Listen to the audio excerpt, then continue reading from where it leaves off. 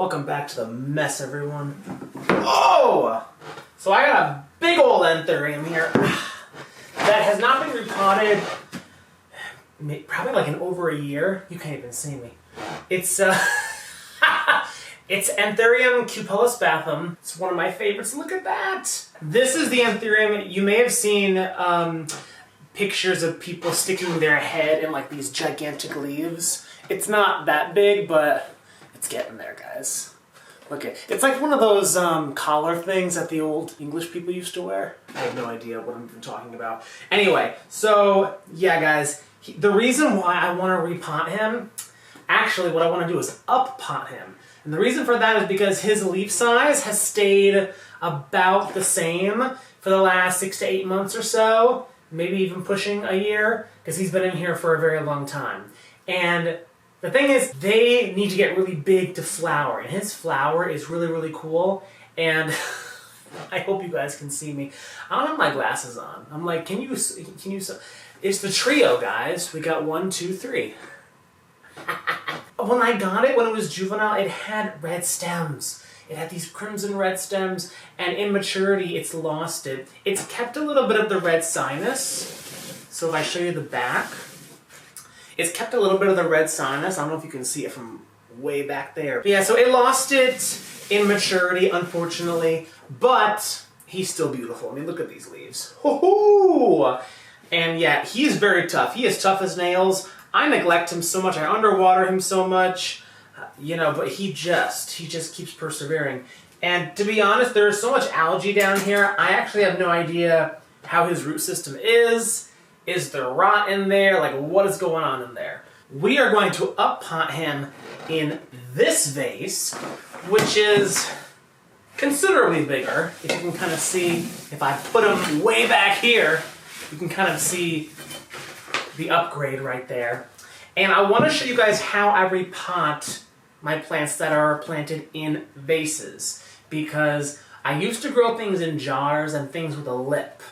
And the problem with those was that I had to break the glass in order to get into the root system.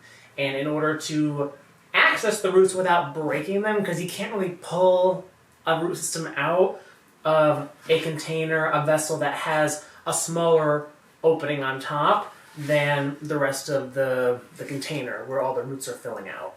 So I really like these cylindrical, is that the word? Cylinder vases? Yeah, cylindrical, that's a word, right? I didn't finish college. Anyway, so we're going to take some of this decorative moss out of here that used to look cute, but then it got kind of, you know, ugly over time. It was just for aesthetics. By the way, guys, look at this stem. Can y'all see? Can you see? You know what? I will show you in a second. I'll show you when I unpot it. So what I'm going to do is show you how easy it is to unpot and repot using this method. So you literally just very slowly take your time. And your plant's probably a lot smaller than this one. Oh. Is it recording? Okay, thank God. One of these days, it's just not going to be recording. All right, there's his root system. Wow. His root system looks amazing. Oh. See, and none of that, literally, guys, none of that landed in the repotting station. What do you call this thing? Repotting mat? Repotting mat, I think that's what it's called. Yeah, literally none of that. This container's a little bit interesting because it has this dip at the bottom. Are you seeing that? So what I'm going to do, I'm just going to take some, I don't know if this is pumice or whatever. It's not, what is that white stuff that I never use? Well, perlite. I hate perlite. It just, you use it, the puffs get into the air, what are we smoking? The dust gets into the air and you're breathing like, and you know, to a point, any free draining substrate can have a little bit of dust that, you know, you have to be careful. Maybe wear a mask, but perlite is just on another level. So what I'm going to do, you can't even see what I'm doing. What a mess of a YouTube channel. So what I'm going to do is put in just enough so that that bottom layer right there, where the reservoir extension will be, is covered. And then I'm literally, guys, I'm just going to take him and put him right in there. Right in there. Yep, that's literally it. And it's like, guys, you're done. No, you're not done. What you're going to do is you're going to take a substrate that is free draining and you're going to fill it to where the reservoir base is at the bottom. So what you're going to do is you're going to take your free draining substrate, try to keep it consistent to whatever you're using. If you're using leca as a base, if you're using fluval stratum, which I like to use, if you're using pumice, whatever.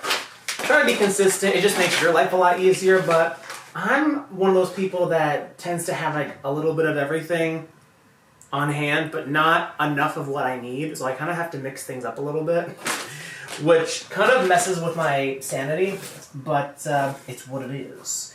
It's what it is, guys. It's what it is. So some of this moss kind of fell out, but that's okay. So I'm just gonna grab that, take that out. So I'm gonna take this stuff ain't labeled. I think it's pumice, to be honest. It's some kind of rocky substrate. You know, it really doesn't matter what you use, guys, as long as it's free draining. Leca, fluval stratum. You can use perlite, just be careful. Just something that's free draining for the base. And what I'm literally going to do, just going to add this all around. Ideally, guys, do this on a table so that you can kind of eye it without getting on the ground. But ideally, you want the substrate to be even all the way around. And a little trick I use is a paintbrush. So you get down in there, you just make sure that the reservoir base is, for the most part, even all the way around. And it doesn't need to be any deeper than an inch, inch and a half at most. I'm pushing, you know, inch and a half or so for this, I would say, just because this is such a big boy. I'm gonna break some glass tonight. What does that even mean? It means you're clumsy, Jake. That's what it means. Doo-doo-doo-doo. All right, great. Well, I don't think I mentioned this, guys. It's also good to pot it a little bit deeper into your new pot, especially for plants that have roots that are going to grow up here, because anthuriums, even the terrestrial ones, they tend to put out roots little by little, further and further up the stem, the chunk, which is this woolly thing right here. Look at this thing. It kind of reminds me of Kentia palms. Kentia palms have like this fiber webbing or netting. Yeah, like look at that. Isn't that so cool? It just adds so much character and texture to the visual. Because look at this. I mean, like, what else could you ask for with these giant leaves? Oh, but that flower, when it comes, I'm going to make a whole video on that. Okay, I think that's good. So I'm going to take some moss. I'm going to get another vase right here. I'm going to take some water. And then I'm going to throw some moss in there. Just for added aeration for this guy, because he has thick, succulent roots, he actually would prefer a little bit more aeration. So I'm going to add some of that pumice to make the substrate a little bit more free draining than just sphagnum moss, because sphagnum moss will retain a lot of moisture. It's essentially a sponge, guys. Think of it like a sponge. Do the sponge, sponge, but do the sponge. You do the sponge, sponge, but do the sponge. Oh, yeah. Oh, this is looking that we are cooking anthurium substrate tonight. We'll put some of this lovely moss in here. We're gonna get that paintbrush out again and just very gently tuck it all in. Fill in all those gaps. You don't want to leave any gaps. If you leave any gaps, those are little pockets of air. They're going to dry out faster than everything else. It's going to introduce dry rot to your roots. So if you're asking yourself, well, Jake, when do I know when to repot my anthurium? Usually when it comes to anthuriums, I think you can extend this to many other types of plants as well. When the new leaves come in and they're not bigger than the previous ones, or if they're shrinking, then that could mean you need to repot it. Also, if you are planting in vases, you can just see, like, is it root bound? Which this guy definitely was. He was totally root bound, but he didn't really care.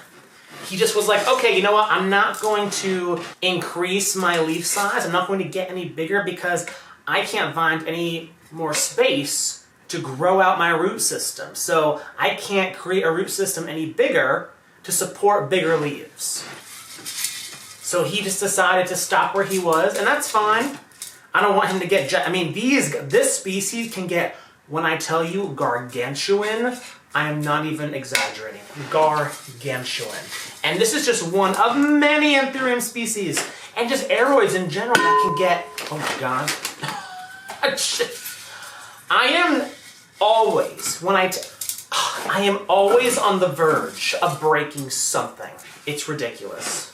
By the way, guys, when I talk about the reservoir, to be honest, I don't usually use it for a quote-unquote reservoir, a true hydroponic reservoir anymore. It's really just a place for excess water to drain, like the day that I water it, so that over the next 24 hours or so, all those little spaces and lights be turning off around me. I gotta make this quick.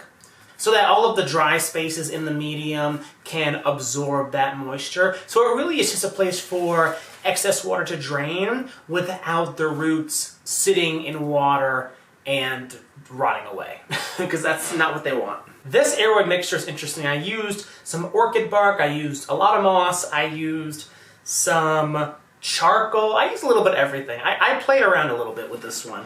But honestly, guys, unless your plants or roots are very thick and succulent and can hold onto moisture and like to dry out considerably in between waterings, then all you really need is moss or fluval. You don't need like a chunky aeroid mix. Everyone says, oh, you need to make it thick and chunky. I mean, I've said that on my some of my older videos. I'm like, look at this aeroid mix. It's all thick and chunky.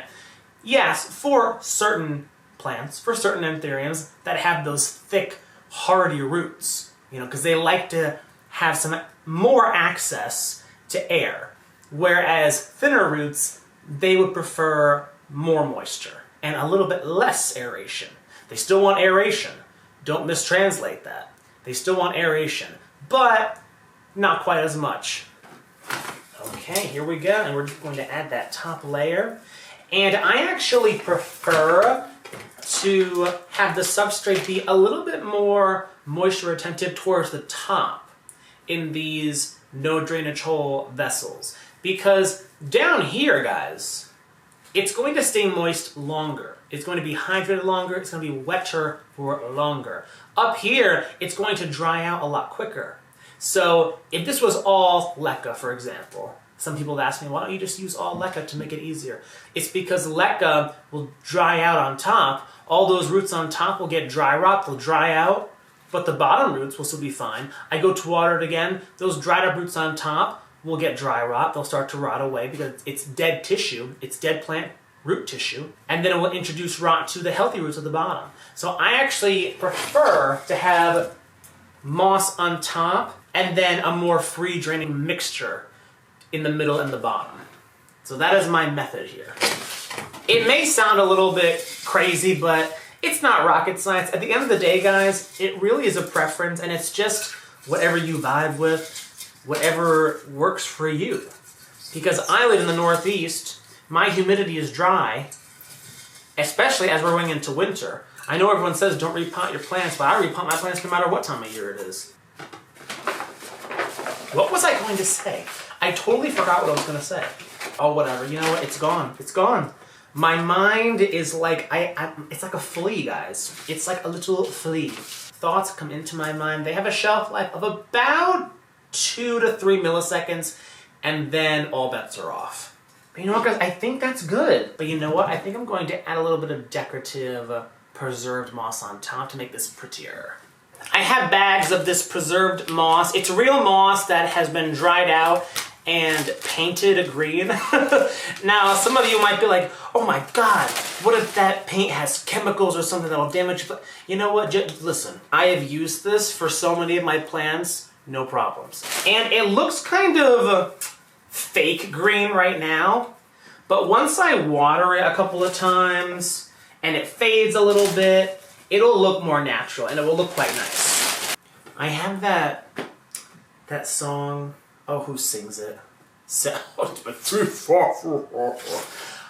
Oh, who's that? He's a famous singer. I wanna da of the high school. I wanna scream at the top of my lungs. He honestly, I mean, people are gonna be mad that I don't know his name. Give me multiple choice. Give me like 2 multiple choice, and I will know who it is. What is his name? He's very famous. I'm totally blanking right now, but his song has been stuck in my head because I listened to it at the store. It was on at the store the other day, at the UPS store when I was shipping out my Black Swan babies. For those of you who are like, what are you talking about? Go check out my Black Swan video. I made some Anthurium babies, and I sell them on Instagram and occasionally Facebook. All right. So yeah, let's just hydrate this. The dye will fade after a few waterings, and it will look more natural. Probably in like a week or 2. Memory card full my ass. All right, let's clean this up.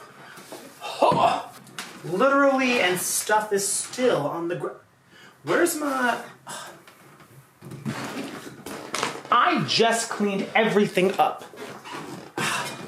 Like, why even bother cleaning stuff up? Because it's gonna be a mess in about 20 minutes. Honestly, I hope this video was somewhat informational, educational,